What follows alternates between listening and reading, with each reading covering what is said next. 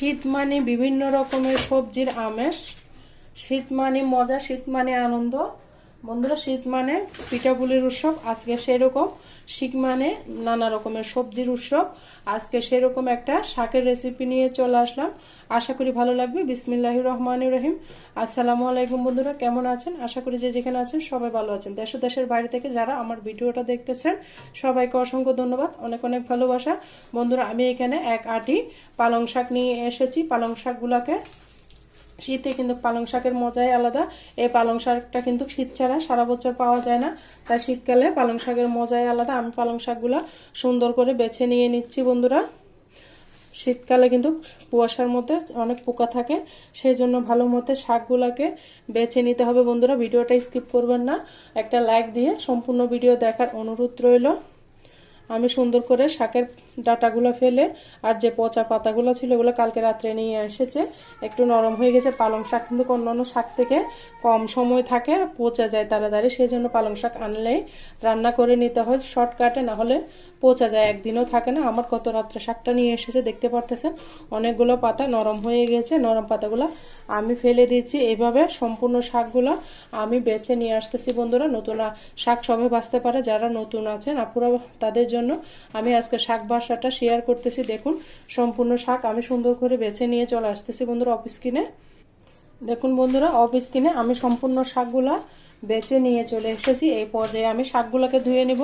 শাক কিভাবে রান্না করব রং সবুজ রেখে সম্পূর্ণ ভিডিও দেখতে থাকুন, আমার সাথে থাকুন। আমি শাকগুলো অফ স্ক্রিনে সুন্দর করে ধুয়ে নিয়ে আসতেছি। বন্ধুরা, দেখুন বন্ধুরা, আমি সুন্দর করে কেটে ধুয়ে নিয়ে চলে আসলাম। ধুয়ে পালং শাকের ক্ষেত্রে অবশ্যই কাটার আগে ধুয়ে নিতে হবে। যে কোনো শাক, বিশেষ করে পালং শাকের প্রচুর পরিমাণ ভিটামিন থাকে।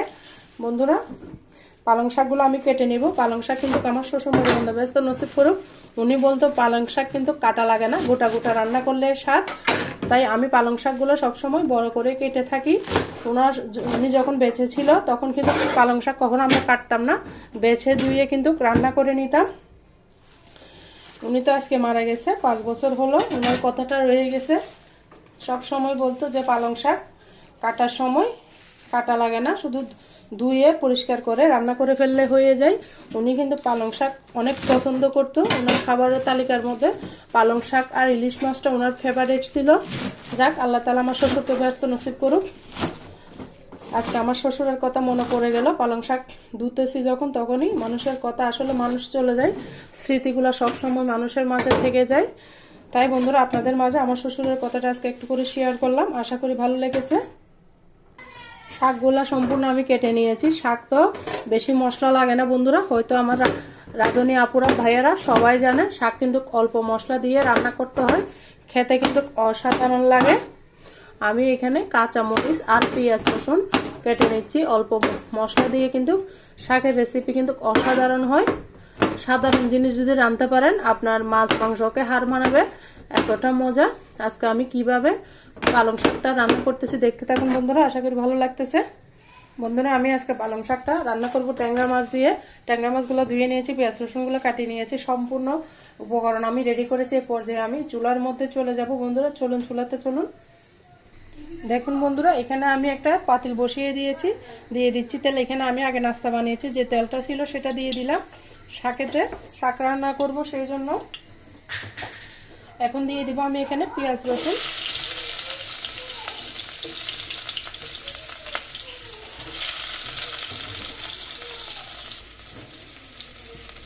দিয়ে সুন্দর করে আমি নেড়ে চেড়ে নিচ্ছি।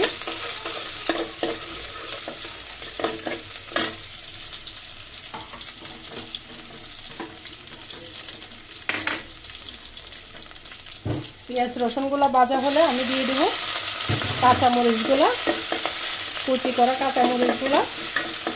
দেখুন, এখানে আমি পেঁয়াজ রসুনগুলোকে লাল লাল করে ভেজে নিয়েছি।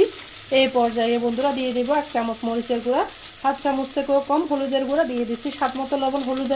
শাকের মধ্যে সবসময় হলুদটা কম দিবেন। তারপর দিয়ে দেবো সামান্য পানি, দিয়ে মশলাগুলো একদম সিম্পল মশলা দিয়ে শাক রান্না করবেন, খেতে অসাধারণ লাগবে। সাধারণ শাক মাছ মাংসকে হার মানাবে। দেখুন বন্ধুরা, আমার মশলাটা কষানো হয়ে গিয়েছে। এই পর্যায়ে আমি দিয়ে দিলাম ট্যাংরা মাছগুলা। যে কোনো বড় মাছ দিয়ে শাক রান্না করলে খেতে কিন্তু দারুণ লাগে। আর ট্যাংরা মাছটা একদম ফ্রেশ, এটা সাগরের ট্যাংরা মাছ, খেতে অসাধারণ লাগে। আমি মাছটাকে হালকা করে রান্না করে নিব। অল্প একটু পানি দিয়ে দিলাম, দিয়ে আমি ঢাকনা দিয়ে ঢেকে দিলাম। 5 মিনিট আমি মাছটাকে রান্না করে নেব চুলার আঁচটা মিডিয়াম রেখে। দেখুন বন্ধুরা, আমি প্রায় 5 মিনিট পরে ফিরে এলাম। চুলার আঁচটা কিন্তু মিডিয়াম করে রেখেছি। এই পর্যায়ে দেখুন আমার ট্যাংরা মাছগুলো কিন্তু আরেকটু আমি রান্না করে নিব। ট্যাংরা মাছগুলো এই পানির মধ্যে একদম রান্না করে নিব বন্ধুরা। আবারও আমি ঢাকনা দিয়ে ঢেকে দিলাম। 2 মিনিট পরে ফিরে আসতেছি। দেখুন বন্ধুরা, 2 মিনিট পরে আমি ফিরে এলাম। এরপরে আমার ট্যাংরা মাছগুলো কিন্তু একদম রান্না হয়ে গিয়েছে। আমি একটা চামচের সাহায্যে ট্যাংরা মাছগুলোকে উঠিয়ে নিব।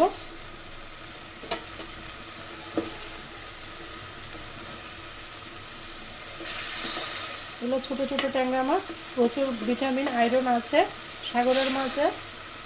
দেখুন বন্ধুরা, আমি উঠিয়ে নিলাম। এই পর্যায়ে দিয়ে দিব কেটে রাখা, ধুয়ে রাখা সেই পালং শাকগুলো। চুলার আঁচটা কিন্তু কমিয়ে দিয়েছি। এখানে কোনো আমি পানি ব্যবহার করব না। পালং শাকে কিন্তু কোনো পানি ব্যবহার করার প্রয়োজন হয় না। পালং শাক থেকেই কিন্তু প্রচুর পানি ছাড়ে বন্ধুরা, হয়তো আপনারা জানেন, যারা নতুন রাঁধুনি জানেন না তাদের জন্য বলে দিয়েছি। পালং শাক রান্নার ক্ষেত্রে কোনো পানি দিবেন না, শুধুমাত্র পালং শাকের পানি দিয়ে পালং শাকটা রান্না করবেন, খেতে কিন্তু অসাধারণ লাগবে। এই পর্যায়ে আমি ঢাকনা দিয়ে ঢেকে দিব। শাকটা কমে যাওয়া পর্যন্ত অপেক্ষা করতে হবে। দেখুন বন্ধুরা, এই পর্যায়ে আমি শাকটাকে সুন্দর করে নেড়ে চেড়ে দিব। চুলার আঁচটা কিন্তু আমি মিডিয়াম করে রেখেছি, বাড়িয়ে দিবেন না। এই পর্যায়ে আমি আগুনটাকে বাড়িয়ে দিলাম যেন শাকটা ফুটে উঠলে প্রচুর পানি ছাড়বে বন্ধুরা।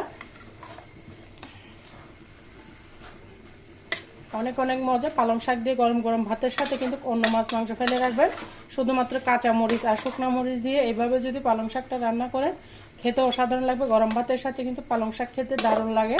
আমি সুন্দর করে নেড়ে চেড়ে মশলার সাথে পালং শাকটা মিশিয়ে দিচ্ছি। দেখুন বন্ধুরা, পালং শাকটাকে আমি সুন্দর করে মিশিয়ে দিচ্ছি। দেখুন অনেকগুলো পালং শাক ছিল, কমে অল্প একটু হয়ে গিয়েছে। এই পর্যায়ে আমি আবারও ঢাকনা দিয়ে ঢেকে দিলাম। বন্ধুরা, 2 মিনিট পর আমি ফিরে এলাম। দেখুন আমার পালং শাকটা ফুটে উঠেছে। এই পর্যায়ে আমি আবার নেড়ে চেড়ে দেবো। দেখুন অনেকগুলো পানি ছেড়েছে, আমি কিন্তু এখানে 1 ফোঁটাও পানি দিই নাই।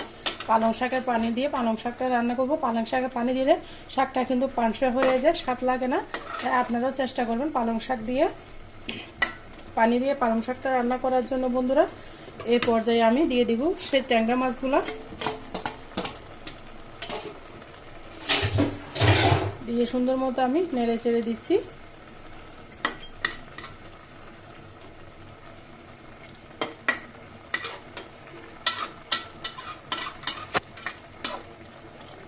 লবণটা চেক করে নিচ্ছি, হয়েছে আলহামদুলিল্লাহ, মাশাআল্লাহ অনেক মজা হয়েছে। আমি এভাবে ট্যাংরা মাছগুলো দিয়ে আর 2 মিনিট রান্না করে নেব বন্ধুরা। বন্ধুরা, আমার পালং শাকটা একদম রান্না হয়ে গিয়েছে। এই পর্যায়ে আমি পরিবেশন করে দেখিয়ে দিচ্ছি। দেখুন অনেকগুলো পানি ছেড়েছে, এগুলো পালং শাকের পানি, এগুলো আর শুকাবো না। এগুলোতে প্রচুর ভিটামিন আছে। আর পালং শাক কিন্তু বেশি রান্না করতে হয় না, দিয়ে রান্না করার ক্ষেত্রে 5-6 মিনিট রান্না করলে হয়ে যায় বন্ধুরা। আমি পরিবেশন করে দেখিয়ে দিচ্ছি কেমন হয়েছে। শাক যখন রান্না করবেন কিন্তু সাথে সাথে বাটির মধ্যে ঢেলে নেবেন, না হলে কিন্তু শাকটা তিতো হয়ে যায়। সেই জন্য বন্ধুরা, শাক যখন রান্না করবেন এইভাবে যে কোনো যেখানে আপনারা ঢেলে নেবেন, সবগুলো সম্পূর্ণ শাক ঢেলে নেবেন, তাহলে কিন্তু আপনাদের শাকও খেতে দারুণ লাগবে বন্ধুরা। কেমন হয়েছে আমার ট্যাংরা মাছ দিয়ে পালং শাকের রেসিপি অবশ্যই কমেন্টসে বলে যাবেন। অনেক অনেক লোভনীয় একটা শেয়ার করেছি, আশা করি ভালো লাগতেছে। ভালো লাগলে লাইক কমেন্ট শেয়ার করবেন। আর বন্ধুরা, এতক্ষণ পর্যন্ত যারা আমার ভিডিও জুড়ে ছিলেন সবাইকে অসংখ্য ধন্যবাদ, অনেক অনেক ভালোবাসা। সবার জন্য শুভকামনা ও দোয়া রইল বন্ধুরা। আমার বাসায় কারেন্ট নেই, তাই আজকে সম্পূর্ণ বেসিনের পাশে সবগুলো করতে হয়েছে যেখানে আলো আসতেছে। বন্ধুরা, একদম শাকের কালার দেখুন সবুজ। বন্ধুরা, আজকের মতো আমি এখানে বিদায় নিচ্ছি। সবাই ভালো থাকবেন, সুস্থ থাকবেন। আল্লাহ হাফেজ, আসসালামু আলাইকুম।